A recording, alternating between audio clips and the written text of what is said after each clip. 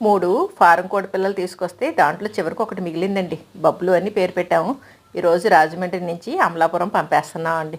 ఎందుకంటే అదొక్కటి బాగా పొడి చేస్తుందండి. కోళ్ళని పొడి చేయడం, మనుషుల్ని పొడి చేయడం ఇట్లా చేసేస్తుంది. మా అన్నయ్య వాళ్ళ ఫ్యాక్టరీలో మనకి వైజాగ్లో చాలా ఎక్కువ కోళ్ళు ఉన్నాయండి. ఆ కోళ్ళ దగ్గరికి పంపేస్తే వాటిల్లో కలిసిపోతుందిలే అని చెప్పేసి జాగ్రత్తగా ఈ అట్టపెట్టిలో పెట్టండి, ఆ సంచిలో పెట్టి ప్యాక్ చేసి పంపేస్తున్నాం అనమాట. ఒకరోజు ఫుడ్ కూడా దానికి పెడుతున్నామండి. ఎందుకంటే ఈరోజు ఒక్క నైటే ఉంటుంది అమలాపురంలోను. అట్నుంచి తెల్లారాక మళ్ళీ వైజాగ్ వెళ్ళిపోద్దండి. అందుకని ఒక రోజుకి సరిపడా ఫుడ్ అన్నీ ప్యాక్ చేసేసండి. ఈ అబ్బాయి వచ్చారు, ఈయన తీసుకెళ్తున్నారనమాట. బబ్లు ఆ రకంగా రాజమండ్రి నుంచి అమలాపురం మీదుగా వైజాగ్ వెళ్తుందండి. బై చెప్పేస్తున్నామండి. ఇంక మళ్ళీ రాజమండ్రి రావడం అనేది జరగదు కదా.